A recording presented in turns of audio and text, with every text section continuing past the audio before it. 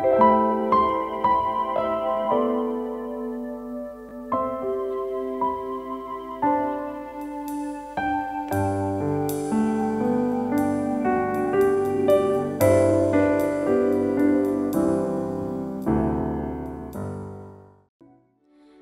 Bapak Ibu yang terkasih di dalam Tuhan Yesus. Selamat pagi, selamat datang di Intimacy Worship. Saya percaya bahwa hari ini Bapak Ibu dalam keadaan yang baik, dalam keadaan yang sehat. Sebab itu mari sama-sama kita siapkan hati kita pada pagi hari ini. Setiap kita mau datang memuji dan menyembah Tuhan dengan segenap hati, mari kita berdoa. Terima kasih Tuhan, kami sungguh bersyukur kami punya Tuhan yang amat sangat baik dalam hidup kami. Kebaikan Tuhan melebihi dari apapun di dunia ini. Engkau Tuhan terlebih dahulu memberikan yang terbaik untuk kami. Dan saat ini Tuhan, kami mau memberikan yang terbaik untuk Tuhan dengan pujian dan penyembahan kami. Dengan hidup kami, dengan hati kami. Sebab itu ya Tuhan, kiranya Tuhan Yesus berkenan mendengarkan setiap pujian penyembahan kami. Mari setiap kita yang siap untuk memuji dan menyembah Tuhan, bersama-sama kita katakan amin.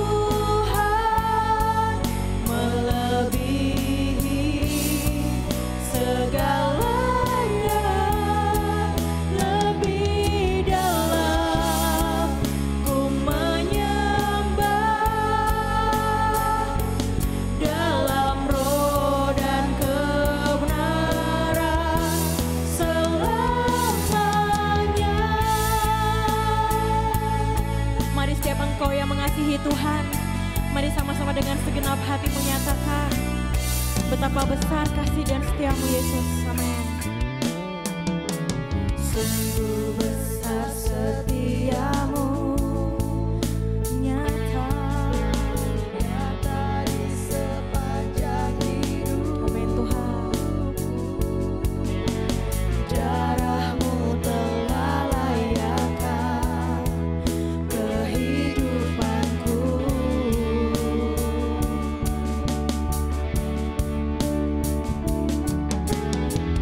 Tiada kata yang bisa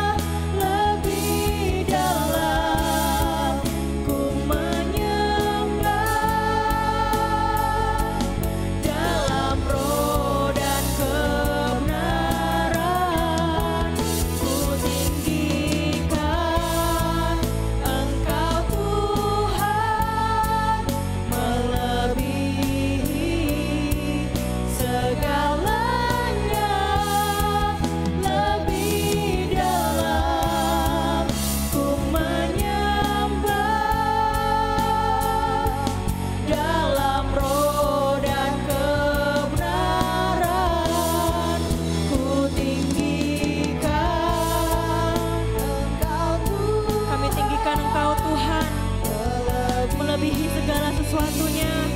Sebab hanya Engkau Allah yang layak untuk ditinggikan. Amin. Lebih dalam ku menyembah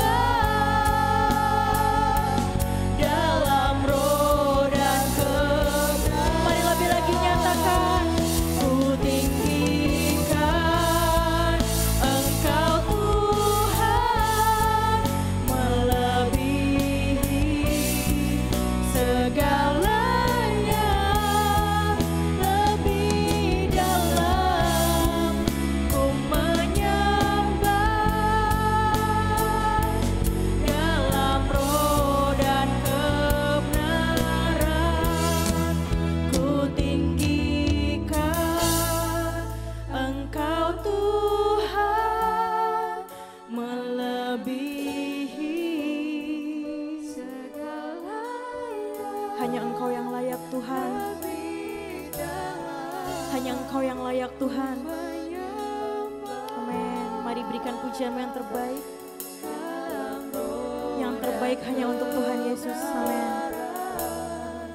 Ku tinggikan Engkau Tuhan melebihi segalanya.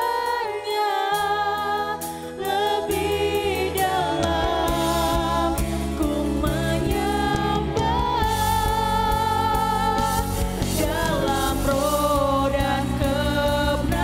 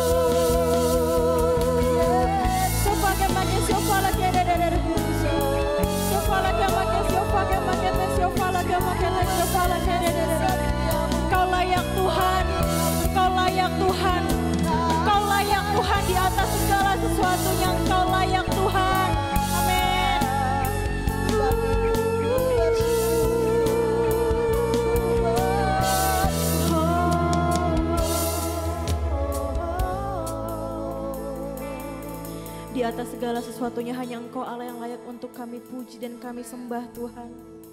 Engkau telah memberikan segala-galanya untuk setiap kami. Darah-Mu Tuhan, tubuh-Mu Tuhan. Engkau melayakkan kami, Engkau angkat derajat kami Tuhan. Sehingga setiap kami memperoleh kehidupan, setiap kami memperoleh kesempatan yang baru Tuhan. Untuk hidup yang layak di dalam Tuhan. Sebab itu ya Tuhan, tidak ada alasan bagi setiap kami untuk tidak menyembah Tuhan. Untuk tidak memberikan yang terbaik untuk Tuhan. Tuhan, kiranya Engkau lebih lagi mendengarkan setiap pujian dan penyembahan kami Tuhan. Sebab Engkau Allah yang kudus, Engkau Allah yang mulia Tuhan. Segala puji, segala hormat dan segala sembah kami, hanya Engkau Yesus saja yang layak untuk menerima setiap pujian dan penyembahan kami. Amin.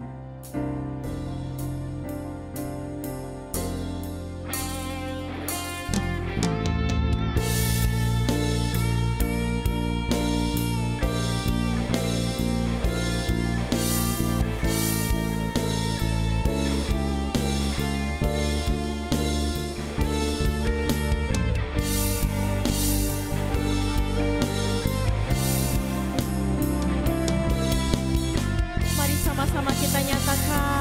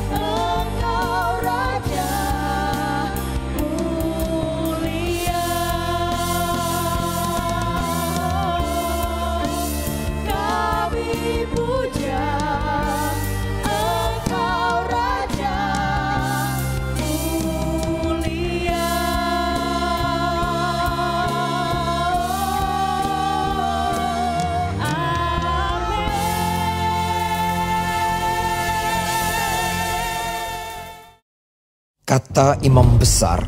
Benarkah demikian? Jawab Stefanus. Hai saudara-saudara dan bapak-bapak, dengarkanlah.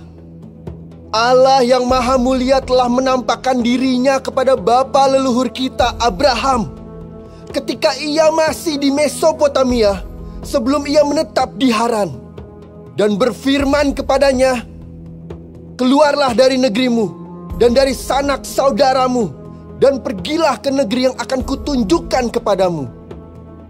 Maka keluarlah ia dari negeri orang Kasdim, lalu menetap di Haran. Dan setelah ayahnya meninggal, Allah menyuruh dia pindah dari situ ke tanah ini, tempat kamu diam sekarang. Dan di situ Allah tidak memberikan milik pusaka kepadanya, bahkan setapak tanah pun tidak. Tetapi ia berjanji akan memberikan tanah itu kepadanya, menjadi kepunyaannya dan kepunyaan keturunannya, walaupun pada waktu itu ia tidak mempunyai anak.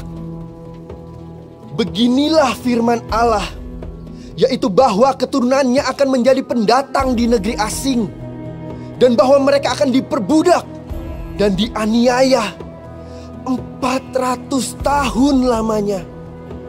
Tetapi bangsa yang akan memperbudak mereka itu akan kuhukum, firman Allah. Dan sesudah itu mereka akan keluar dari situ dan beribadah kepadaku di tempat ini. Lalu Allah memberikan kepadanya perjanjian sunat. Dan demikianlah Abraham memperanakan Ishak, lalu menyunatkannya pada hari yang ke-8.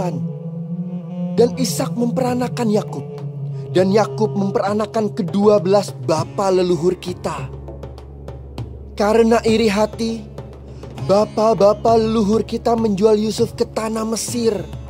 Tetapi Allah menyertai dia dan melepaskannya dari segala penindasan, serta menganugerahkan kepadanya kasih karunia dan hikmat ketika ia menghadap Firaun, raja Mesir. Firaun mengangkatnya menjadi kuasa atas tanah Mesir dan atas seluruh istananya. Maka datanglah bahaya kelaparan menimpa seluruh tanah Mesir dan tanah Kanaan, serta penderitaan yang besar, sehingga nenek moyang kita tidak mendapat makanan. Tetapi ketika Yakub mendengar bahwa di tanah Mesir ada gandum, ia menyuruh nenek moyang kita ke sana. Itulah kunjungan mereka yang pertama.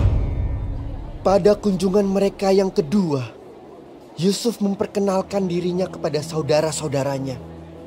Lalu ketahuanlah asal-usul Yusuf kepada Firaun.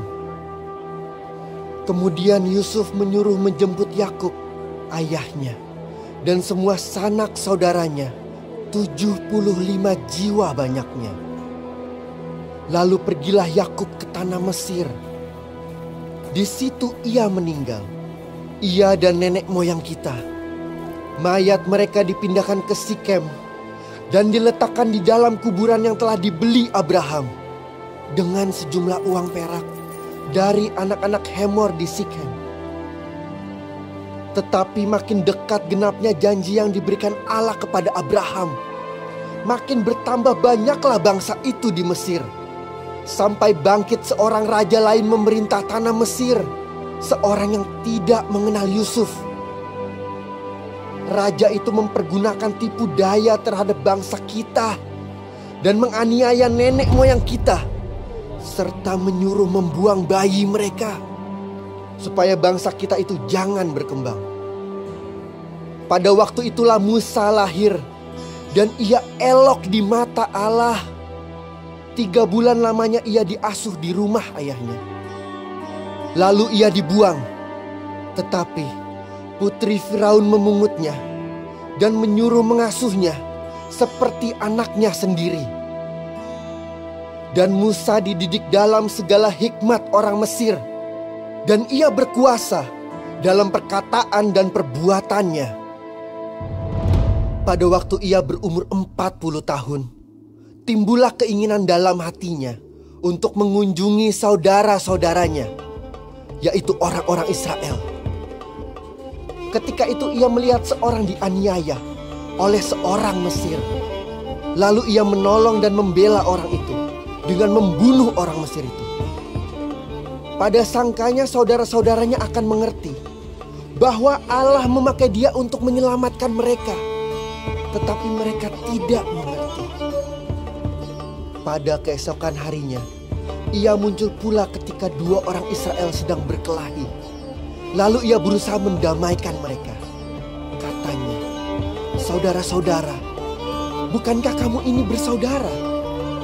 Mengapakah kamu saling menganiaya?" Tetapi orang yang berbuat salah kepada temannya itu menolak Musa dan berkata, "Siapakah yang mengangkat engkau menjadi pemimpin dan hakim atas kami? Apakah engkau bermaksud membunuh aku, sama seperti kemarin engkau membunuh orang Mesir itu?" Mendengar perkataan itu, larilah Musa dan hidup sebagai pendatang di tanah Midian. Di situ ia memperanakan 2 orang anak laki-laki. Dan sesudah 40 tahun, tampaklah kepadanya seorang malaikat di padang gurun Gunung Sinai, di dalam nyala api yang keluar dari semak duri. Musa heran tentang penglihatan itu. Dan ketika ia pergi ke situ untuk melihatnya dari dekat, datanglah suara Tuhan kepadanya. "Akulah Allah nenek moyangmu, Allah Abraham, Ishak dan Yakub." Maka gemetarlah Musa dan ia tidak berani lagi melihatnya. Lalu firman Allah kepadanya, "Tanggalkanlah kasutmu dari kakimu, sebab tempat di mana engkau berdiri itu adalah tanah yang kudus. Aku telah memperhatikan dengan sungguh kesengsaraan umatku di tanah Mesir, dan aku telah mendengar keluh kesah mereka, dan aku telah turun untuk melepaskan mereka.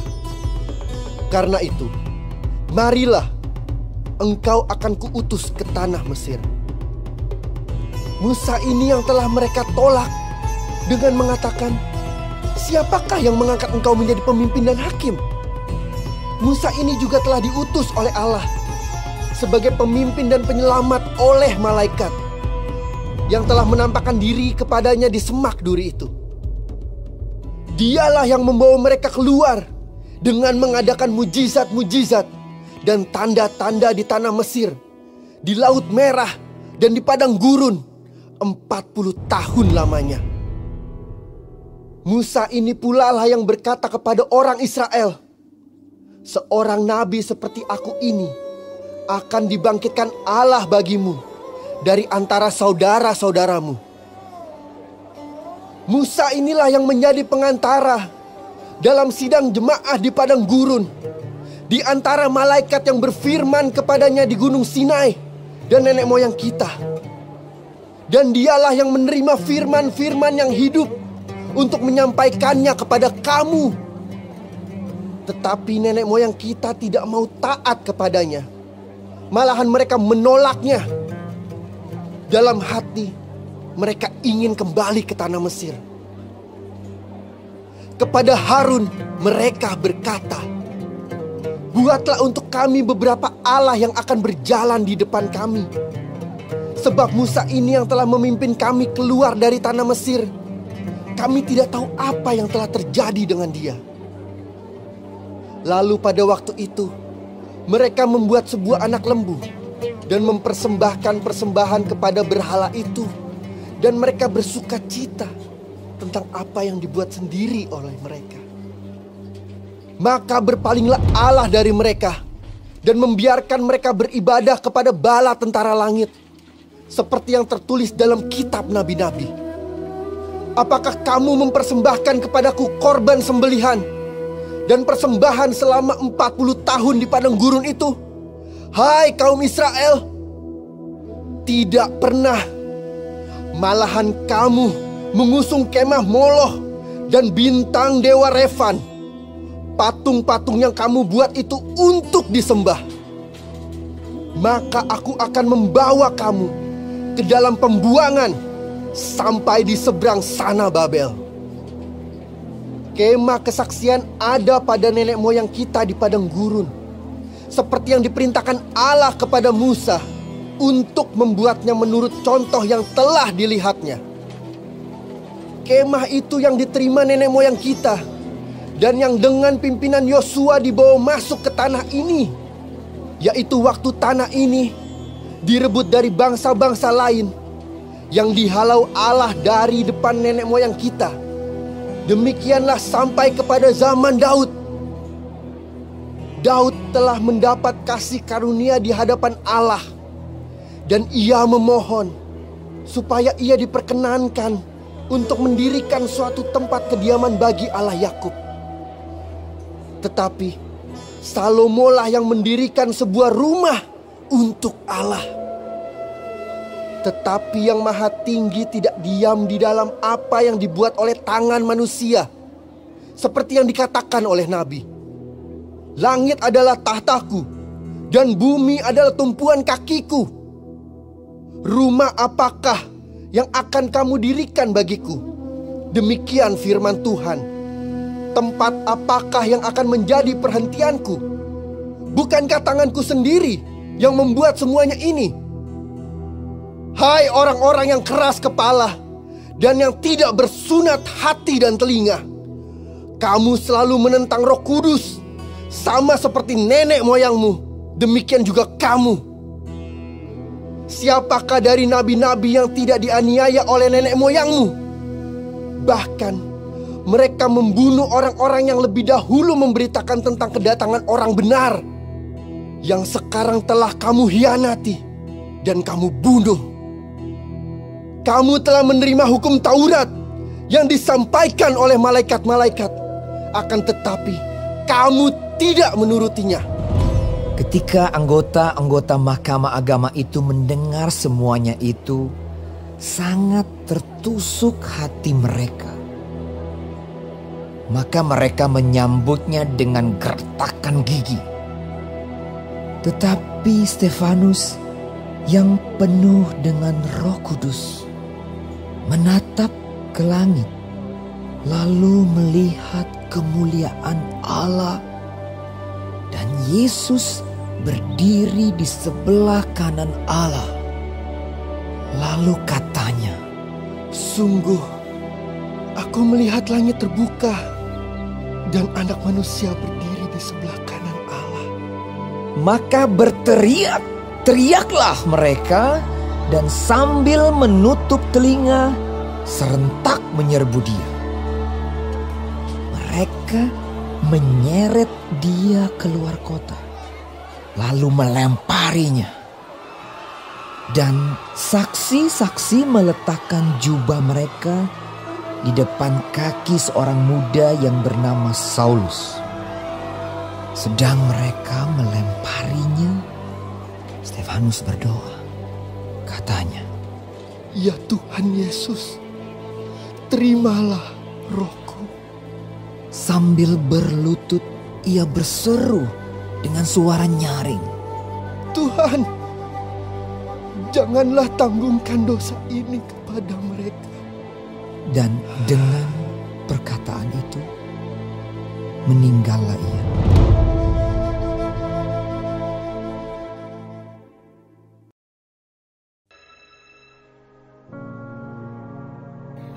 Terima kasih Tuhan untuk firman-Mu pada pagi hari ini. Sungguh mengingatkan kami Tuhan untuk kami hidup semakin hari semakin berkenan di hadapan Tuhan. Dan biarlah Tuhan hari ini Engkau sertai, Tuhan tuntun, Tuhan melindungi, jauhkan dari segala mara bahaya, malapetaka, bahkan maut sekalipun ya Bapa. Bapa kami yang di surga, dikuduskanlah nama-Mu. Datanglah kerajaan-Mu, jadilah kehendak-Mu di bumi seperti di surga. Berikanlah kami pada hari ini makanan kami yang secukupnya, dan ampunilah kami akan kesalahan kami, seperti kami juga mengampuni orang yang bersalah kepada kami. Dan janganlah membawa kami ke dalam pencobaan, tetapi lepaskanlah kami daripada yang jahat. Karena Engkaulah yang mempunyai kerajaan, dan kuasa, dan kemuliaan, sampai selama-lamanya. Amin.